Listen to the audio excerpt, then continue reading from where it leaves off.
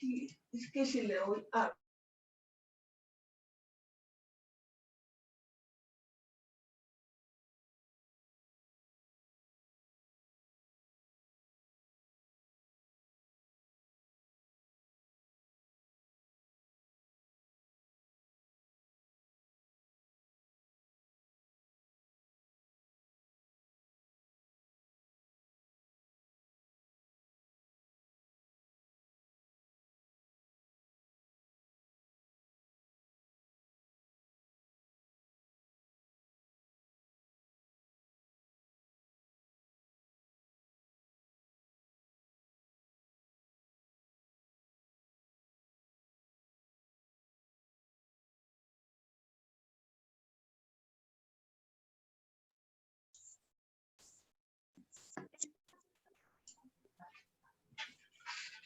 Listo, ahora sí, buenas tardes. Buenas tardes, ingeniero, ¿cómo está? ¿Cómo vamos? Bueno, bien, señor, gracias a Dios. Ahí vamos a... Ayer estuvimos hablando un rato ahí con John Byron, que es el otro socio. Sí, sí. Y pues en general, la idea es también saber qué tanto de la línea de construcción han avanzado, o sea, qué cursos de pronto de la línea de construcción ya han visto, o incluso si han tenido contacto que les haya tocado trabajar, así sea de ayudantes o oficiales, según sea el caso, o tienen de pronto alguna vinculación con alguien que trabaje en el gremio de construcción directamente. Sí, señor. ¿Sí? Cuénteme entonces. En el caso mío, sí he tenido la oportunidad de trabajar. Yo antes de entrar a la universidad trabajé en construcción en Bogotá, ¿sí? Y Ajá. pues, digamos, al inicio fue en la parte de ayudante de construcción en estructura. Y ya después trabajé en la parte de terminaciones, lo que son acabados, lo que es graniplas, estuco y pues pintura básica, ¿sí? Entonces, esos conocimientos sí de acabados más o menos los tengo como bien establecidos. La Listo, muy parte de bien. estructura también ahí me ayudó bastante para entender el amarre del hierro, que es bastante importante, y como a conocer el diámetro de cada varilla, porque ya cuando yo entré a la ingeniería, pues gracias a Dios ya tenía un poquito de conocimiento en lo que son los aceros.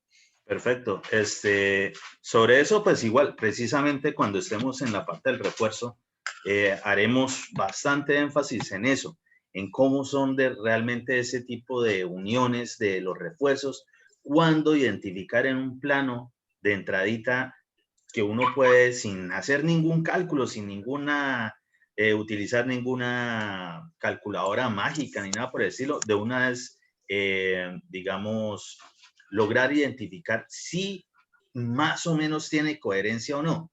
Que de entrada eso se supone, y eso hay que tenerlo claro, pues cada diseñador responde por sus diseños. ¿Cómo se sabe que sí va a responder? Porque absolutamente todo lo que nosotros trabajamos es sobre planos. Y los planos, para que sean, digamos, que tengan validez realmente, obligatoriamente, nosotros tenemos que firmarlos, nosotros los ingenieros. Entonces, por eso nosotros obligatoriamente tenemos matrícula profesional y nosotros tenemos que firmar, digamos, en físico toda la cuestión de los planos. Así, por ejemplo, si se llega a presentar un problema o simplemente una duda de eso de que uno puede coger un plano y no sé, no tengo como tan claro esta parte, supongamos un plano estructural, este detalle de esta columna o de esta cimentación o de esta placa, lo que sea. Pues en ese momento, como tienen que tener la firma, a ese diseñador, pues hay que recurrir a él. Si uno es el contratista, si uno es el residente de obra, pues simplemente es transmitir la información al que está por encima de uno, es decir, en el orden jerárquico, para que esa persona pues se comunique con él, o si es directamente que nosotros podemos, pues que nos pasen el número de celular, de teléfono, de correo, lo que sea, y nos comunicamos para comentarles sobre esa duda que tenemos. Y es que resulta que acontece que todos los diseñadores, todos nosotros cuando estamos diseñando, no solo nuestro trabajo culminó justo cuando entregamos los planos de diseño y memorias de cálculo de ser el caso, sino que estamos en la obligación, cuando les toque diseñar, de dar, digamos, aclaraciones o incluso algún tipo de permiso o alguna solicitud de alguna idea respecto de los mismos diseños que ejecutó. ¿Sí? Entonces, eso es importante, pero para eso, por lo menos, sí necesitamos saber o por lo menos identificar dónde los refuerzos, de una vez uno identifica que hay algo raro, que algo está mal hecho. Entonces, vamos a hacer bastante, digamos, profundización sobre eso, porque es de lo que más nosotros nos vamos a encontrar. Entonces, al igual que en cualquier, digamos, edificación o una construcción de cualquier tipo de infraestructura, en la gran mayoría siempre hay algo de refuerzo. Incluso cuando hablamos de vías, desde que sean en concreto, tendrá algo de refuerzo. O si es el caso, porque puede ser también en pavimento flexible, en algún momento habrá que hacer algún tipo de box culvert o alguna obra de arte desde el punto de vista de ingeniería civil que requiere de esos refuerzos. Entonces, prácticamente, absolutamente todas las obras, nosotros vamos a tener que trabajar con ello. Entonces, con eso vamos a trabajar bastante. Y pues aquí, para entender, ayer lo hablábamos con John Byron, vamos a hacer, y así está estipulado para el curso de construcciones, nos vamos a focalizar más que todo en lo que es edificaciones, ¿sí? Construcciones de casa de 1 y 2 pisos, específicamente para la NSR 10 o NSR 20, que ya está saliendo, ya salió, está por estos días en eso.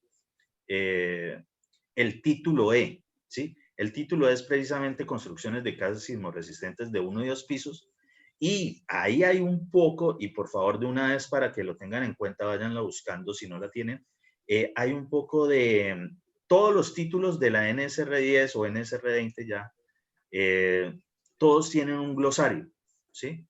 Respecto de las palabras clave o básicas que nosotros vamos a trabajar ahí.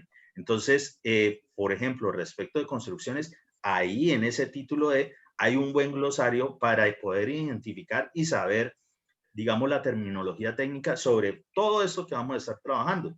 Entonces, siempre es importante saberla para poder, cuando estamos viendo de pronto no solamente en el entorno que cada uno está, sí, ahorita pues todos estamos distanciados, pero de pronto en los sectores donde ustedes se encuentran, se refieren a cierto tipo de partes de la estructura o ciertos materiales con ciertos nombres muy coloquiales, es decir, de esas zonas. Pero nosotros en general sí tenemos que saber el básico general que comprende lo que es ingeniería civil. Así nosotros por alguna razón llegamos a trabajar a cualquier lado y nosotros somos así en ingeniería civil cuando estamos de afiaderados consiguiendo trabajo en donde salga. Entonces, listo, llegamos allá y de pronto a las cosas, a los elementos, a ciertos equipos, los nombran diferente allá. Pero si nosotros de una vez hablamos sobre lo que es la terminología técnica, entonces ellos, es eso. Entonces, listo, ya sabemos que cuando ellos se refieren a tal cosa, nosotros entendemos desde el punto de vista de ingeniería civil realmente a qué es que están haciendo referencia. Entonces, por eso, por favor, en el momento que puedan, váyanlo mirando, que de todos modos eso no es para el curso sino para la vida ya de desarrollo profesional. Sí, señor. Entonces, ¿por qué la cuestión de las edificaciones? Sobre todo porque es donde más hay precisamente obra civil. Entonces, ahí vamos a ver instalaciones hidráulicas, sanitarias, eléctricas, de gas, en fin, estructuras, cimentaciones, excavaciones, acabados, ¿sí? Entonces, si nosotros lo aprendemos ahí, obviamente lo extrapolamos a cualquier otro tipo de obra de ingeniería civil sin ningún problema. Entonces, por eso nos vamos a ir allá. Pero en todos los casos, cuando estemos hablando de pronto de cierta excavación o cierto tipo de trabajo de obra civil, ciertas actividades, ¿sí? Así las vamos a denominar actividades, precisamente vamos de una vez a tocar de pronto ese mismo proceso constructivo en qué otro tipo de actividades o proyectos que no sean exactamente los mismos también se desarrollan. Entonces simplemente es eso, saberlo integrar o enlazar según el tipo de proyecto. Entonces, para entrar a eso, y precisamente lo que tiene que ver con el título E, es de construcción de casas sismo resistentes. Entonces, de entradita, ¿ustedes qué entienden por sismo resistencia? Con todo lo que ya han visto, todo eso ya casi van a ser ingenieros, colegas. De verdad, ¿ustedes qué entienden por sismo resistencia? Lo que entiendo yo por sismorresistente es que son casas que aguantan como su palabra lo dice, aguantan un sismo. Por lo menos en nuestra zona que está, son casas que pueden soportar más o menos de 5 a 6 grados sobre la escala de Richter en lo general, ¿sí? Porque por lo menos yo así, cuando vinimos al Congreso de Bucaramanga y hablaban mucho de las construcciones en arcilla, ¿sí? Las construcciones en lo que son en adobe, lo que era en tapia pisada. Areque, tapia pisada, sí, correcto. Sí, señor. Entonces, esas construcciones no tenían, digamos, un sistema sismorresistente, lo que en nuestro caso son lo que son vigas, columnas y la cimentación. Entonces, esas casas lo que hacían era que entrelazaban o entrecruzaban los bloques de tal forma que no se fuera a caer, pero no tenían ningún soporte hacia un sismo o hacia un evento con gran magnitud. Entonces, esa parte es la que yo entiendo como sismo resistente como tal, es vigas, columnas y la cimentación que son las zapatas.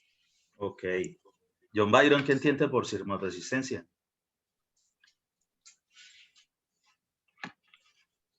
Buenas tardes, ingeniero. Buenas tardes, compañero. Buenas tardes.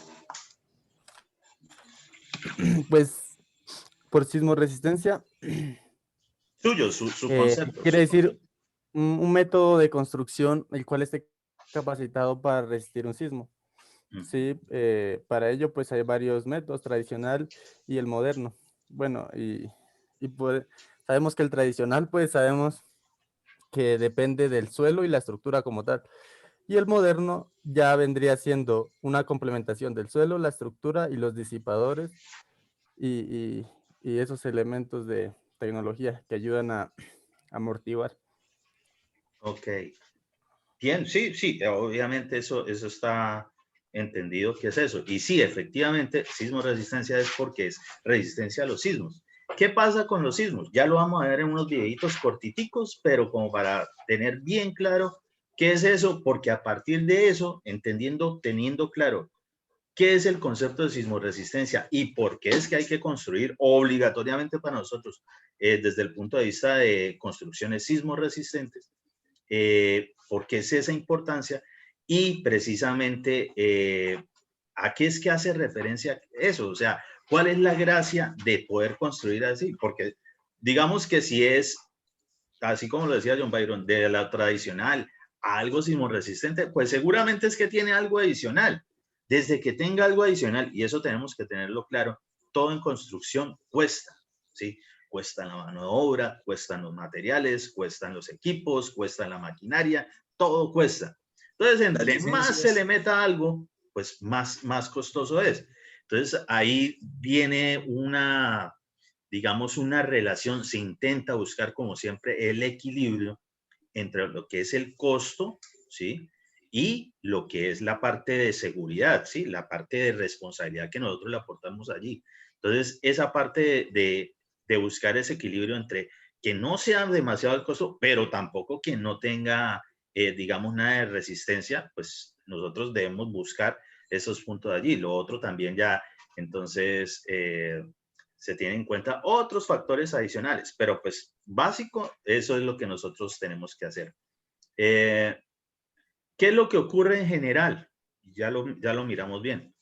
Resulta que acontece que todas esas construcciones, las muy antiguas, estaban muy bien construidas, pero sobre todo para soportar lo que es la transmisión de carga vertical.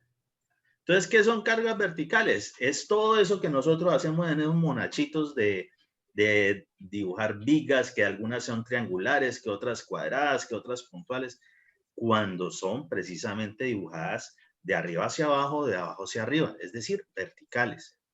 ¿Esas qué ocurre? Ah, bueno, si tenían de pronto, y así se construía hace tiempos, los muros eran muy anchos, ¿sí? Muy anchos. Pues no tenían tanto el problema que existe ahora de la parte demográfica que se ha aumentado mucho, es decir, que hay mucha población. Entre más población hay, pues toca empezar a reducir lo que son los lotes. Entonces, la cuestión de las casas antiguas, normalmente las de nuestros abuelos, bisabuelos, eran casas gigantes respecto de las casas que ahora se ofrecen, casas típicas, ¿no? Entonces, esa parte, esa reducción también de los lotes, pues implica cierto tipo de cambios en el sistema de construcción o en el sistema estructural que se ofrecía antes.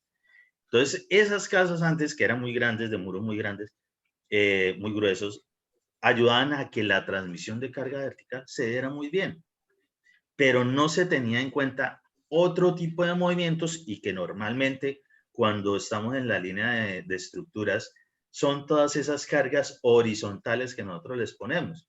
Entonces, no importa en el nivel que estén de desarrollo en esa línea, lo que tiene que ver cuando uno aprende a diseñar la parte estructural, las cargas horizontales pueden ser de sismo, pueden ser de viento, ¿sí? Y adicional de eso, otro poco de combinaciones.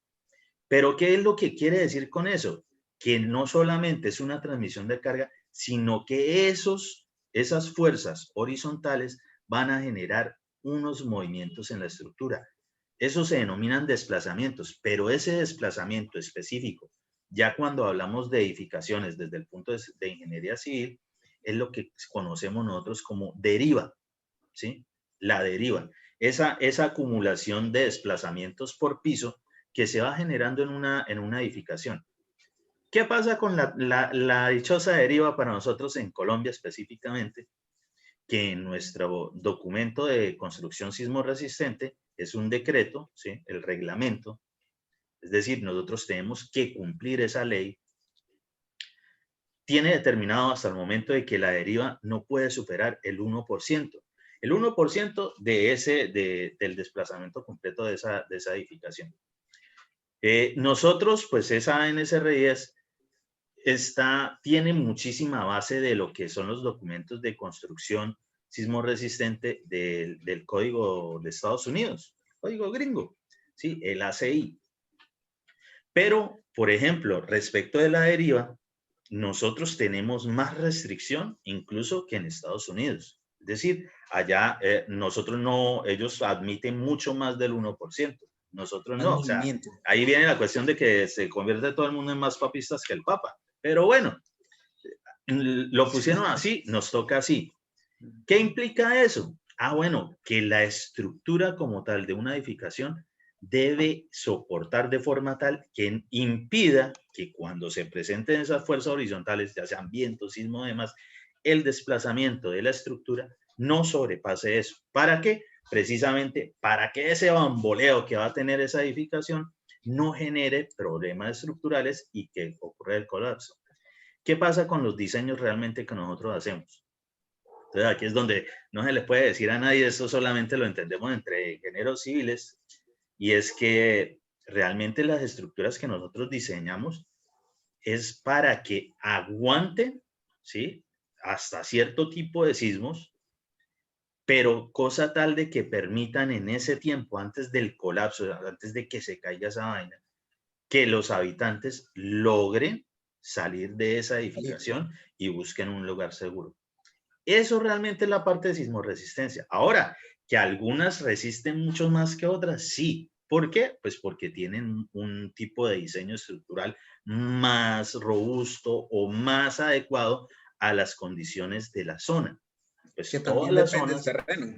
exacto, los terrenos influyen muchísimo. No es el mismo terreno en Pamplona, en Cúcuta, en Medellín, en Bogotá, en los llanos, ¿sí? En el Putumayo, no son los mismos. Y la forma de transmitirse los sismos, que es digamos, de los movimientos horizontales que más afectan a las estructuras, pues eso también influye bastante. ¿Qué pasa con la NSR10 que nosotros tenemos? Realmente todo eso, NSR10, ya estamos en la 20, la 10, la NSR98, porque en ese tiempo apenas era norma, ya es reglamento. Y antes de eso había un código. ¿Qué pasa con esa del 98?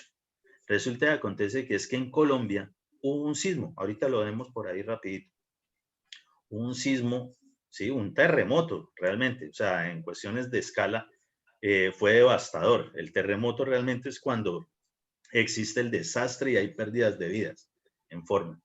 En Colombia ocurrió lo que se conoce como la zona del eje cafetero, pues prácticamente con ese, más o menos en esa época, hubo este terremoto y arrasó con todo, pero muchísimas pérdidas económicas y de vidas, ¿sí? Materiales.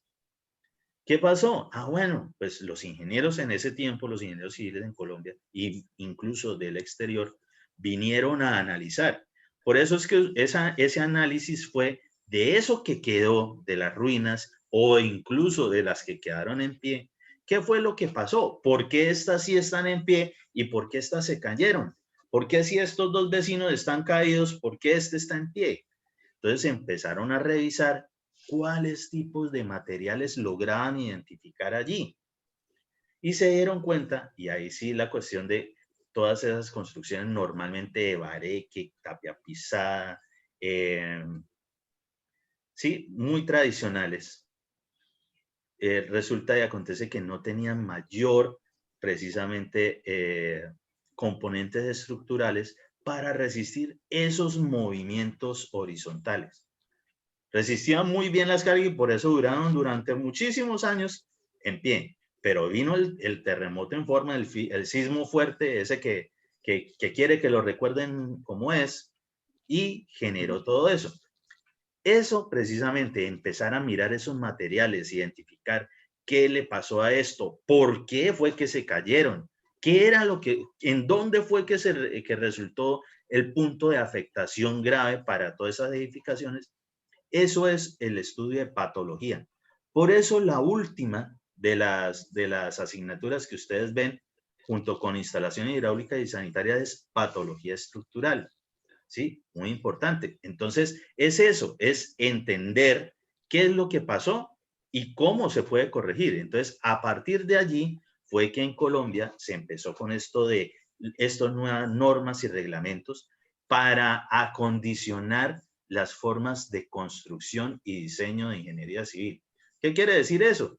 Que antes, y era común que fuese así, es más, aún lo es, las personas, la gente de campo, por lo general construyen sus propias viviendas, sus propias fincas, todo lo hacen ellos. Sí, es cierto. Sí, y vienes de tradición, o sea, vieron al abuelo, vieron al papá, vieron al abuelo, al bisabuelo, y así ha venido, y lo hacen. ¿Qué pasa? Ah, bueno, pues hasta ese momento, en ese tiempo, lo que ocurría era eso precisamente. Cada quien construía según su transmisión tradicional, ya sea oral, ya sea que hayan trabajado en una obra, lo que sea. Cada quien construía como quería. Con el conocimiento empírico que Con el adquiría cada quien. conocimiento empírico, exactamente. Entonces, ¿qué pasó con eso? Ah, bueno, entonces empezamos a delimitar que se tenía mínimo, sí, y ojo, eso es la cuestión. Todo lo que hay en la NSR 10 o NSR 20 son requisitos mínimos. Es decir, si usted puede ir mucho más allá, garantizando la estabilidad de una obra, obviamente que está en el deber de realizarlo. Pero mínimo debe estar ahí. Y precisamente por eso existe el título E para construcciones de casas sismo resistentes de 1 y 2 pisos. ¿Por qué lo delimitan hasta 2 pisos? Porque normalmente cualquier persona le da por construir hasta 2 pisos. De 3 pisos para allá, la cuestión de los diseños, y cuando estén en estructura se van a dar cuenta que no es lo mismo los requerimientos ni el tipo de dimensiones que uno puede sacar de esos cálculos, de poco de dibujitos de pórticos y vainas, cuando son de 2 pisos o de 3 en adelante, ¿sí? Cambia muchísimo. Entonces ahí obligatoriamente se requiere un personal técnico especializado, es decir, nosotros los ingenieros civiles. Pero en la parte de construcción, hasta los 2 pisos, como en Colombia la construcción ha sido un desarrollo muy tradicional, ¿sí? Y mucho constructor típico, es decir, los que trabajan con nosotros, que son la mano de obra, que nosotros tenemos que saberlos dirigir, los vamos a aprender a identificar muy bien quiénes son y qué es lo mínimo que deben hacer.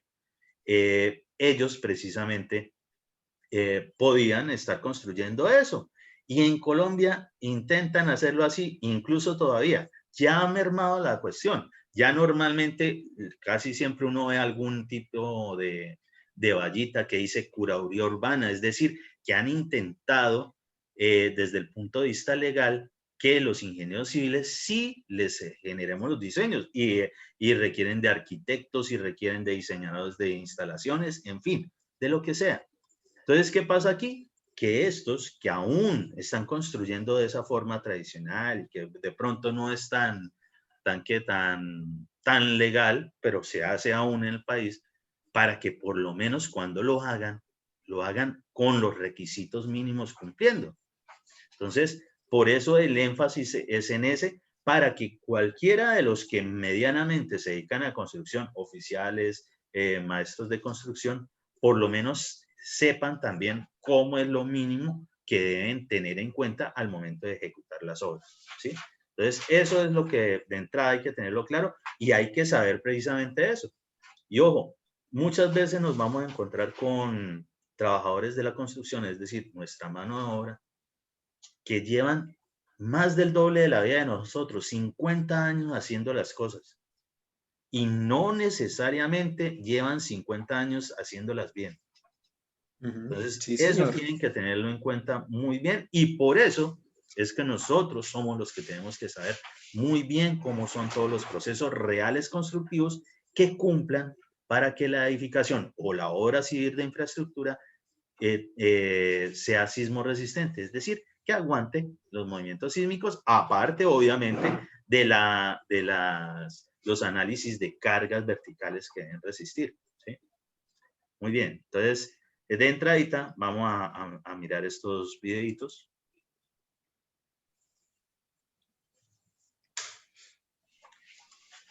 Por favor. Preguntarán ustedes qué son las placas. Son gigantescos cascarones de la corteza. ¿Me confirman si sí se escucha bien? Sí, señor. Sí, ahí se escucha. Listo. Preguntarán ustedes qué son las placas tectónicas. Son gigantescos cascarones de la corteza terrestre del tamaño de continentes que se mueven unos contra otros por la presión que ejercen sobre ellos los flujos de lava provenientes del núcleo del planeta Tierra. Otro elemento importante que estudia la sismología es la corteza terrestre.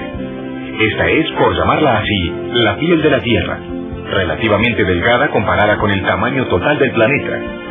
Vive en continuo cambio y movimiento. Se extiende hasta una profundidad de 70 kilómetros bajo los océanos y de 150 kilómetros bajo los continentes. La causa de las fuerzas que tienden a empujar una placa sobre otra aún es poco conocida. Existe una teoría relacionada con movimientos de flujos lentos de lava derretida que originan el sismo en el interior de la Tierra. Para nuestro conocimiento en sismología, este punto será denominado hipocentro.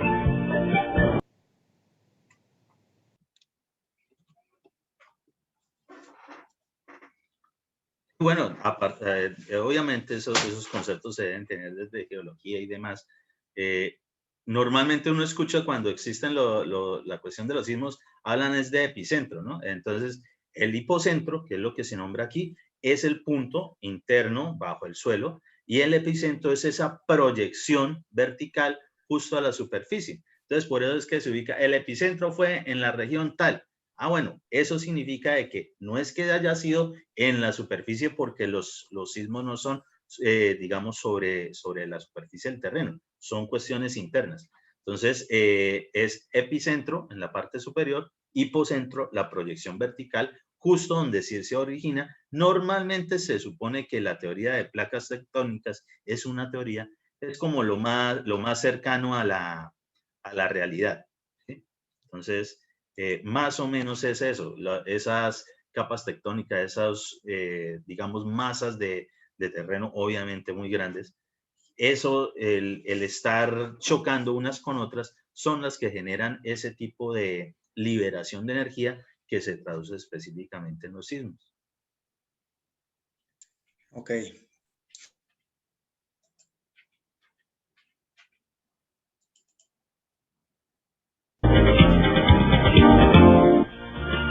Todos los sismos son diferentes entre sí. Ninguno es igual al otro. Tienen una fuerza variable. Para calificar y medir el grado de daño posible se utilizan básicamente dos medidas: intensidad y magnitud. La intensidad se califica en la sensación de las personas durante el sismo y en la observación de los daños causados en las construcciones. Se mide en la escala de Mercalli y tiene una calificación de 1 a 12. Grado 1 a 4, detectado por instrumentos, sensaciones pequeñas. Grado 5 al 7, advertido por la mayoría de las personas. Grado 8 al 10, destrucción de las construcciones. Grado 11 y 12, daño total. La magnitud es la medida de la cantidad de energía liberada en el hipocentro o foco sísmico. Clasifica al sismo en forma cuantitativa en relación con la fuerza del movimiento del suelo, medición que se hace con instrumentos especializados llamados sismógrafos.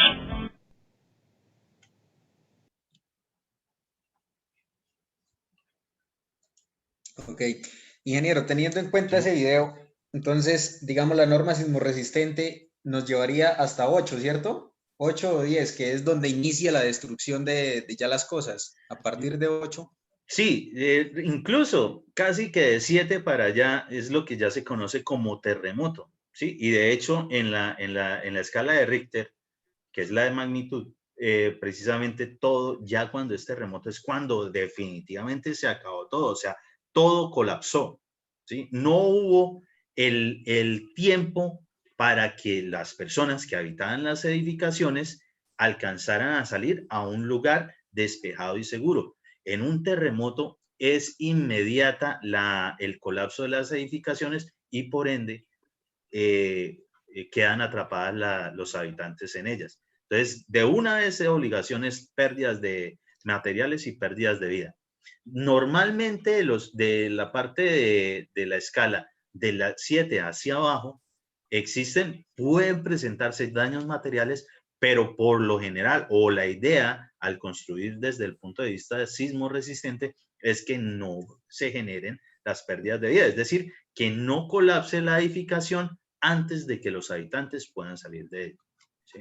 Y ojo, ya que tocamos ese tema, de una de esas actividades de construcción importantísimas y que es de las que más se cometen errores en el país, lastimosamente, es lo que tiene que ver con la construcción de las escaleras. Porque resulta y acontece que la escalera realmente, o sea, cualquier persona lo que dice, bueno, una escalera es para llegar de un nivel bajo, ¿sí? Un primer nivel, a un segundo nivel, tercer nivel o lo que sea, ¿sí? Sí. Realmente la escalera hace eso, pero más que todo es porque es la vía de, digamos, de evacuación de las personas de esa edificación cuando se presenta el sismo.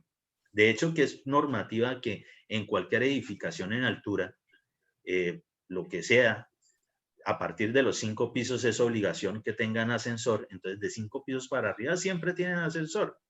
¿Qué pasa? Que cuando viene el sismo, una de las normativas es que no se debe utilizar el ascensor, que toda la ruta de evacuación se debe hacer precisamente por las escaleras. Adicional de las escaleras típicas que construimos dentro, también en la NSR 10 viene una parte que tiene que ver con la cuestión de contraincendios. Y también existe una normativa respecto de escaleras para las edificaciones en lo que tiene que ver con evacuación cuando se presenten los incendios. Se supone que están ubicadas por fuera y de una forma tal que logren evitar la cuestión del fuego. Pero pues, digamos, en Colombia hasta ahora se está implementando de verdad ese tipo de normativa. por fuera del país, eso sí es obligación. Y además, si han tenido la oportunidad de viajar o por lo menos verla en películas, casi todas las edificaciones en Estados Unidos siempre alguna toma la hacen por fuera de una edificación y siempre tienen una estructura metálica con algunas escaleras. Eso precisamente es porque allá la normativa respecto de los incendios es muy, muy rigurosa. Entonces eso también es importante. Entonces, ¿qué es lo que pasa aquí? Que las escaleras tienden a construirlas muy mal. En su momento lo veremos. Una parte de la escalera precisamente esa altura de lo que es lo que conforma la grada, ¿sí? Que nosotros lo vamos a conocer como contrahuella, y lo que es la parte justa donde uno coloca la planta del pie, es decir, el zapato y demás, que es lo que se conoce como huella, ¿sí? Esas medidas tienen precisamente un diseño específico. No es colocar la medida que sea. Ustedes, pues, ustedes sí tuvieron la oportunidad de, al menos de estar en presencialidad muchas veces en Pamplona, y casualmente lo que yo me encontré cuando llegué a Pamplona es que la verdad es que en el momento creo que la única escalera que he conocido allá que está bien hecha es la del acceso del cariongo del hotel. De resto, absolutamente todos, y allá la construcción en altura está disparadísima, casi todas las escaleras están mal hechas. Entonces, ¿qué pasa cuando están mal hechas? Y ya entendemos de que es uno de esas partes de la estructura que no solo generan el poder llegar de un nivel a otro nivel superior, sino que precisamente cuando se presenta el sismo, es por donde la gente va a salir para poder salvar sus vidas y que no se les caiga encima en las edificaciones. Entonces, cuando están mal construidas, si están, digamos, muy angostas o el tipo de grada es muy alta respecto del diseño específico, eso es desde el punto de vista arquitectónico, respecto de lo que es, digamos, las medidas promedio de la población aquí en Colombia. Pueden variar un poco de otros países, ¿sí? En Europa de pronto un poquito más grandes, precisamente porque pues el biotipo, la tipología de las personas allí, pues normalmente son mucho más grandes. Entonces, eso puede variar en ese sentido, pero por lo menos en Colombia, más o menos se tienen unas medidas específicas mínimas para esos requerimientos.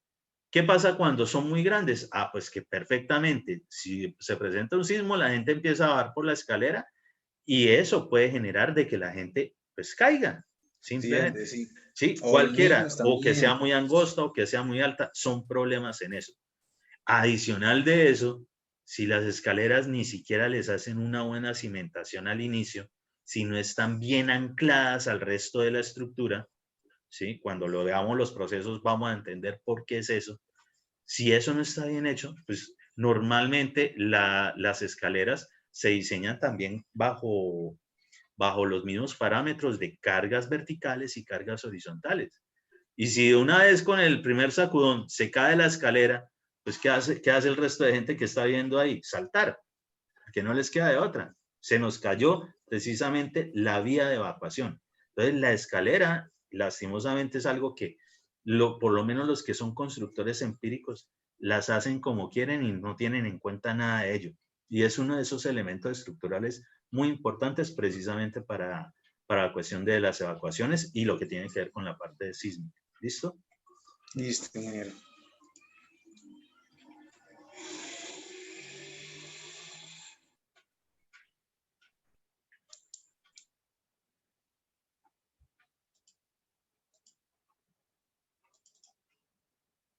¿Qué es sismoresistencia? La sismoresistencia es una propiedad o atributo que se le da a una edificación mediante la aplicación de técnicas de diseño de su configuración y de sus componentes estructurales especiales que la capacitan para resistir las fuerzas que se presentan en un movimiento sísmico.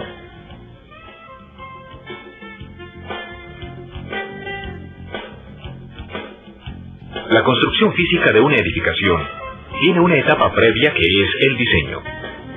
Aquí se aplica la geometría al servicio del diseño de la obra para lograr espacios armónicos en sus dimensiones que conforman la sala, la cocina, la alcoba de la vivienda.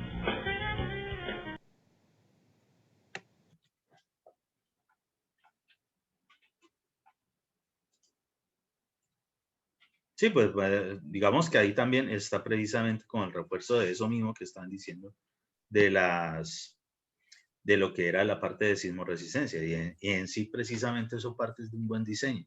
Por eso aquí nosotros vamos a aprender de que, por ejemplo, para esas casas de 1 y 2 pisos, hay ciertas, digamos, reglas muy simples de llevar a cabo, y ya simplemente desarrollándolos así, podemos generar construcciones de edificaciones sismorresistentes sin tanta complicación de cálculos.